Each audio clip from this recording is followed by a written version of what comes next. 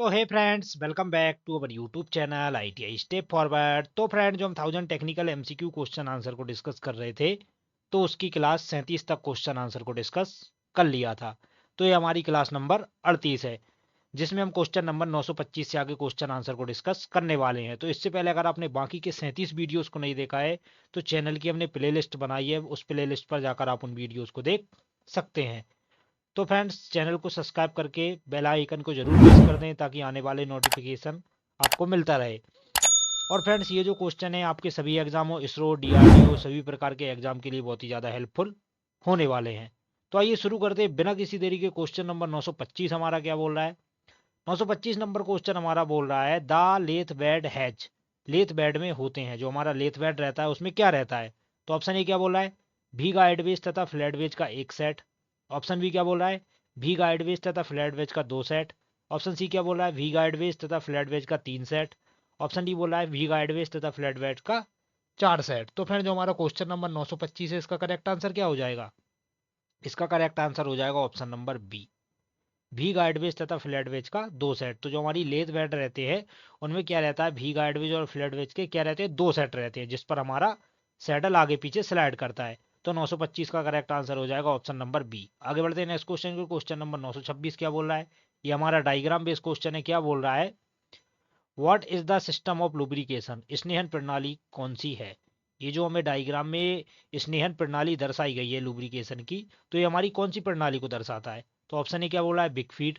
Option D बोला है ring oiling. Option C बोला है hand pressure feed. Option D बोला है oil cup feed, oil cup method. तो फ्रेंड, जो हमारा क्वेश्चन नंबर 926 है, इसका करेक्ट आंसर क्या हो जाएगा? ये हमारे कौन से लुब्रिकेशन सिस्टम को दर्शा रहा है? तो फ्रेंड, जो हमारा क्वेश्चन नंबर 926 है, इसका करेक्ट आंसर हो जाएगा ऑप्शन नंबर बी। ये हमारे किसको दर्शा रहा है? ये हमारे रिंग ऑयलिंग को दर्शा रहा है। और हमारी रिंग ऑयलिंग किसके अंतर्गत आती है? तो ये हमारी स्प्लेश लुब्रिकेशन के अंतर्गत आती है। मतलब स्प्लेश लुब्रिकेशन के अंतर्गत ये हमारा कौन सी लेपिंग है, सॉरी, कौन सी ऑयलिंग है? ये हमारी रिंग ऑयलिंग है। तो 926 का करेक्ट आंसर क्या हो जाएगा? Option number B. आगे बढ़ते हैं नेक्स्ट क्वेश्चन को। क्वेश्चन नंबर 927 क्या बोल रहा है? 927 नंबर क्वेश्चन बोल रहा है, which of this is not as a supporting और locating device in jigs and fixture. इनमें से क्या जिग एवं फिक्सचर में सहायक अथवा स्थापन यंत्र के रूप में प्रयोग नहीं किया जाता है? मतलब कौन सा, मतलब हमारा ऐसा डिवाइस है जो सपोर्टिंग और लोकेटिंग डिवाइस के रूप में यूज या सपोर्टिंग के रूप में नहीं किया जाता है? तो ऑप्शन ए बोला है ड्रिल बुश। ऑप्शन बी बोला है वी लोकेटर। ऑप्शन सी बोला है गेज। ऑप्शन डी बोला है क्लैंपिंग डिवाइस। तो फ्रेंड, जो हमारा क्वेश्चन नंबर 927 है, इसका करेक्ट आंसर क्या हो जाएगा? इसका करेक्ट आंसर हो जाएगा ऑप्शन नंबर सी। जो हमारा गेज रहता है, वो हमारे जिग और फिक्चर में सपोर्टिंग और लोकेटिंग के रूप में यूज नहीं होता है। तो 927 का करेक्ट आंसर हो जाएगा ऑप्शन नंबर सी। आगे बढ़ते हैं नेक्स्ट क्वेश्चन को। क्वेश्चन नंबर 928 क्या बोल रहा है? 928 नंबर क्वेश्चन हमारा बोल रहा है, shellac bond is used in grinding wheels for grinding of. Grinding चक्र में सेलॉक बॉन्ड खाली स्थान की ग्राइंडिंग करने हेतु प्रयोग किया जाता है। जो हमारा सेलॉक बॉन्ड रहता है, उसका प्रयोग किसे ग्राइंड करने के लिए किया जाता है? तो ऑप्शन ए बोला है एज टूल। ऑप्शन डी बोला है रेजर ब्लेड। ऑप्शन सी बोला है मिल रोल। ऑप्शन डी बोला है कटलरी। तो फ्रेंड, जो हमारा क्वेश्चन नंबर 928 है, इसका करेक्ट आंसर क्या हो जाएगा? इसका करेक्ट आंसर हो जाएगा ऑप्शन नंबर सी। जो हमारे सेलॉक बॉन्ड रहते हैं, तो उसका प्रयोग मिल रोल को ग्राइंडिंग करने के लिए किया जाता है, या हमारा कोई भी टूल वगैरह है तो उसको, मतलब उस पर फाइन फिनिशिंग के लिए किसका यूज करते हैं? सेलॉक बॉन्ड का यूज करते हैं। सेलॉक बॉन्ड को किससे दर्शाते हैं? तो सेलॉक बॉन्ड को हम किससे दर्शाते हैं फ्रेंड्स? सेलॉक बॉन्ड को हम ई से दर्शाते हैं, कैपिटल ई से। आगे बढ़ते हैं नेक्स्ट क्वेश्चन को। क्वेश्चन नंबर 929 क्या बोल रहा है? 929 नंबर क्वेश्चन हमारा बोल रहा है, which of this is a defect found in grinding wheel. इनमें से क्या ग्राइंडिंग व्हील में पाया जाने वाला एक दोष है? मतलब ग्राइंडिंग व्हील में कौन कौन सा दोष पाया जाता है? तो ऑप्शन ए बोला है ग्लेजिंग। ऑप्शन बी बोला है ऑफ हैंड। ऑप्शन सी बोला है स्नैगिंग। ऑप्शन डी बोला है स्मगलिंग। तो फ्रेंड्स, ये जो चार ऑप्शन दिए गए हैं, इनमें से कौन सा हमारा ग्राइंडिंग व्हील में पाए जाने वाला एक दोष है? तो 929 का करेक्ट आंसर हो जाएगा ऑप्शन नंबर ए। जो हमारा ग्लेजिंग रहता है, वो हमारा ग्राइंडिंग व्हील में पाया जाने वाला एक दोष है। तो 929 का करेक्ट आंसर क्या हो जाएगा? ऑप्शन नंबर ए। आगे बढ़ते हैं नेक्स्ट क्वेश्चन को। क्वेश्चन नंबर 930 क्या बोल रहा है? 930 नंबर क्वेश्चन हमारा बोल रहा है, द साइज ऑफ थ्री जा चक इज स्पेसिफाइड बाय। तीन जबड़े चक का आकार निर्दिष्ट किया जाता है। जो हमारा थ्रीजा चक रहता है, उसका साइज किससे निर्दिष्ट किया जाता है? तो ऑप्शन ए क्या बोला है? The diameter of body of the chuck, chuck की बॉडी के व्यास से। ऑप्शन बी क्या बोला है? द साइज ऑफ ईच जा, प्रत्येक जबड़े के आकार से। ऑप्शन सी क्या बोल रहा है, द थिकनेस ऑफ ईच जा, प्रत्येक जबड़े की मोटाई से। ऑप्शन सी क्या बोल रहा है, width of the body of the chuck, chuck की बॉडी की चौड़ाई से। तो फ्रेंड जो हमारा क्वेश्चन नंबर 930 है, इसका करेक्ट आंसर क्या हो जाएगा, इसका करेक्ट आंसर हो जाएगा option number A, the diameter of the body of the chuck, chuck की बॉडी के व्यास से जो हमारा थ्री चक रहता है उसका साइज स्पेसिफाई किया जाता है। तो 930 का करेक्ट आंसर हो जाएगा ऑप्शन नंबर ए। आगे बढ़ते हैं नेक्स्ट क्वेश्चन की ओर। क्वेश्चन नंबर 931 क्या बोल रहा है, 931 नंबर क्वेश्चन बोल रहा है, which one of the following is not a part of taper turning attachment, निम्नलिखित में से कौन सा टेपर टर्निंग अटैचमेंट का हिस्सा नहीं है। मतलब ये जो चार हमें ऑप्शन दिखाए गए हैं, तो इनमें से कौन सा हमारा टेपर टर्निंग अटैचमेंट का एक पार्ट नहीं है। तो ऑप्शन ए बोला है गाइड ब्लॉक, ऑप्शन बी बोला है स्लाइडिंग ब्लॉक, ऑप्शन सी बोला है कैरियर, ऑप्शन डी बोला है गाइड बार।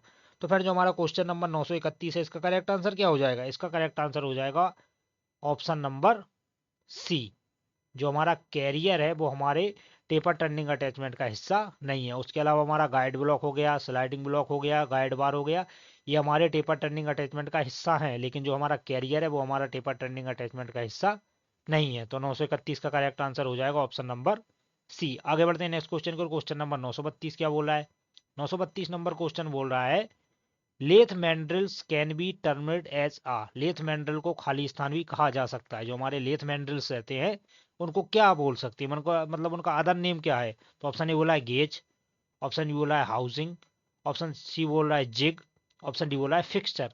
तो फ्रेंड जो हमारा क्वेश्चन नंबर 932 है, इसका करेक्ट आंसर क्या हो जाएगा, इसका करेक्ट आंसर हो जाएगा ऑप्शन नंबर डी।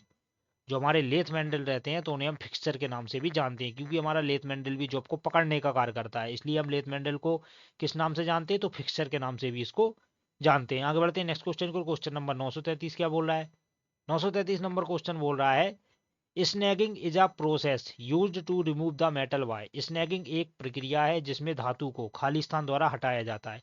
मतलब स्नैगिंग हमारी एक प्रक्रिया है जिसमें धातु को किसके द्वारा हटाते हैं। तो ऑप्शन ए बोला है फाइलिंग, ऑप्शन बी बोला है ग्राइंडिंग, ऑप्शन सी बोला है हेक्साइंग, ऑप्शन सी बोला है चीजलिंग।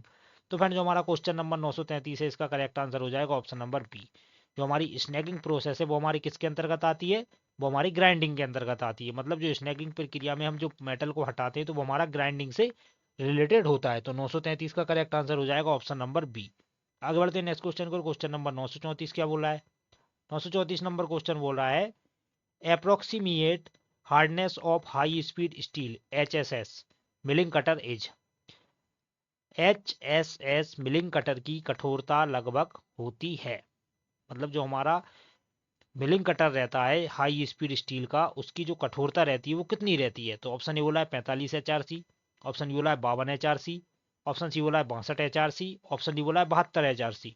तो जो हमारा क्वेश्चन नंबर 934 है, इसका करेक्ट आंसर क्या हो जाएगा, इसका करेक्ट आंसर हो जाएगा ऑप्शन नंबर सी। जो हमारा high speed steel milling cutter रहता है उसकी कठोरता कितनी रखी जाती है, उसकी कठोरता 62 HRC रखी जाती है। तो 934 का करेक्ट आंसर हो जाएगा ऑप्शन नंबर सी। आगे बढ़ते हैं नेक्स्ट क्वेश्चन को। क्वेश्चन नंबर 935 क्या बोल रहा है, 935 नंबर क्वेश्चन बोल रहा है, which one of the following is the metric helical gear proportion for real module, real module के लिए मीट्रिक हेलिकल गियर अनुपात निम्नलिखित में से कौन सा है। मतलब रियल मॉड्यूल के लिए हमें मीट्रिक हेलिकल गियर का अनुपात पता करना है, तो वो कौन सा है। तो ऑप्शन ए क्या बोला है बेवल गियर, ऑप्शन बी बोला है spiral bevel gear, option C बोला है rack and pinion, option D बोला है हाइपोइड गियर। तो फ्रेंड जो हमारा क्वेश्चन नंबर 935 है, इसका करेक्ट आंसर क्या हो जाएगा, इसका करेक्ट आंसर हो जाएगा option number D, hypoid gear. तो रियल मॉड्यूल के लिए मीट्रिक हेलिकल गियर अनुपात में कौन सा गियर यूज करते हैं, तो वो रहता है हमारा हाइपोइड गियर। तो 935 का करेक्ट आंसर हो जाएगा ऑप्शन नंबर डी। आगे बढ़ते हैं नेक्स्ट क्वेश्चन को। क्वेश्चन नंबर 936 क्या बोल रहा है, 936 नंबर क्वेश्चन बोल रहा है, which polarity used in welding cast iron, cast iron की वेल्डिंग में किस ध्रुवता का उपयोग किया जाता है। जो हमारी कास्ट आयरन धातु रहती है तो उस पर हमें वेल्डिंग करना है, तो उस पर हम किस पोलैरिटी का यूज करेंगे। तो ऑप्शन ए बोला है रेक्टिफायर सेट, ऑप्शन बी बोला है AC ट्रांसफार्मर, ऑप्शन सी बोला है रिवर्स पोलैरिटी, ऑप्शन डी बोला है स्ट्रेट पोलैरिटी। तो फिर जो हमारा क्वेश्चन नंबर 936 है, इसका करेक्ट आंसर क्या हो जाएगा, इसका करेक्ट आंसर हो जाएगा option number C, reverse polarity. जो हमारा कास्ट आयरन रहता है तो उसकी अगर हमें वेल्डिंग करना है तो उसमें हम किस पॉलिटी का यूज करेंगे, रिवर्स पॉलिटी का यूज करेंगे। और फ्रेंड्स स्ट्रेट पॉलिटी का यूज कब करते हैं, जब हमारा जॉब कठोर हो, कठोर धातुओं के लिए हम स्ट्रेट पॉलिटी का यूज करते हैं, नरम धातुओं के लिए हम रिवर्स पोलरिटी का यूज करते हैं। तो 936 का करेक्ट आंसर हो जाएगा ऑप्शन नंबर सी। आगे बढ़ते हैं नेक्स्ट क्वेश्चन को। क्वेश्चन नंबर 937 क्या बोल रहा है? 937 नंबर क्वेश्चन बोल रहा है which one of the following statement is true with respect to the half nut. अर्धनट के संबंध में कौन सा कथन सत्य है? जो हमारा हाफ नट रहता है तो उसके बारे में कौन सा कथन सही है? तो ऑप्शन ए क्या बोला है? It is detachable part of the saddle. यह सैडल का एक अलग होने वाला पार्ट है। ऑप्शन बी क्या बोला है? It is detachable part of the apron. यह एप्रन का एक अलग होने वाला पार्ट है। ऑप्शन सी क्या बोला है? It is an integral part of the apron. यह एप्रन का एक अभिन्न अंग है। ऑप्शन डी क्या बोला है? It is an integral part of saddle. यह सैडल का एक अभिन्न अंग है। तो फ्रेंड जो हमारा क्वेश्चन नंबर 937 है इसका करेक्ट आंसर क्या हो जाएगा? इसका करेक्ट आंसर हो जाएगा ऑप्शन नंबर बी। यह एप्रन का एक अलग होने वाला पार्ट है। It is a detachable part of a apron, मतलब यह एप्रन के साथ जुड़ा होता है और एप्रन से एक अलग होने वाला पार्ट है। तो 937 का करेक्ट आंसर हो जाएगा ऑप्शन नंबर बी। आगे बढ़ते हैं नेक्स्ट क्वेश्चन को। क्वेश्चन नंबर 938 क्या बोल रहा है? फ्रेंड्स अगर आपको वीडियो पसंद आ रहा है तो वीडियो को लाइक जरूर पक्का से कर दें। तो क्या बोल रहा है? The cross slide in a lathe moves. एक लेथ में क्रॉस स्लाइड गति करता है। जो हमारी लेथ मशीन रहती है तो उसमें क्रॉस स्लाइड कैसे गति करता है? तो ऑप्शन ए क्या बोल रहा है? Parallel to the axis of rotation, घूर्णन अक्ष के समांतर। ऑप्शन बी क्या बोल रहा है? At any angle of the rotation of axis, घूर्णन अक्ष के किसी कोण पर। ऑप्शन बी सी क्या बोल रहा है? Perpendicular of the axis of rotation, घूर्णन अक्ष के लंबवत। ऑप्शन डी क्या बोला है? नन ऑफ दी अबव, उपरोक्त में से कोई नहीं। तो फ्रेंड जो हमारा लेथ मशीन में क्रॉस स्लाइड रहता है वो हमारा कैसा गति करता है?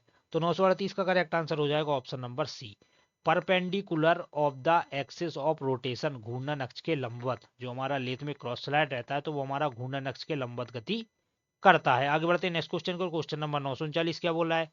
939 नंबर क्वेश्चन बोल रहा है screw generally made of. Screw आमतौर पर खाली स्थान के बनाए जाते हैं। जो हमारे स्क्रू रहते हैं जो हमारे फास्टनर के अंतर्गत आते हैं, तो जो हमारे स्क्रू रहते हैं वो किसके बनाए जाते हैं?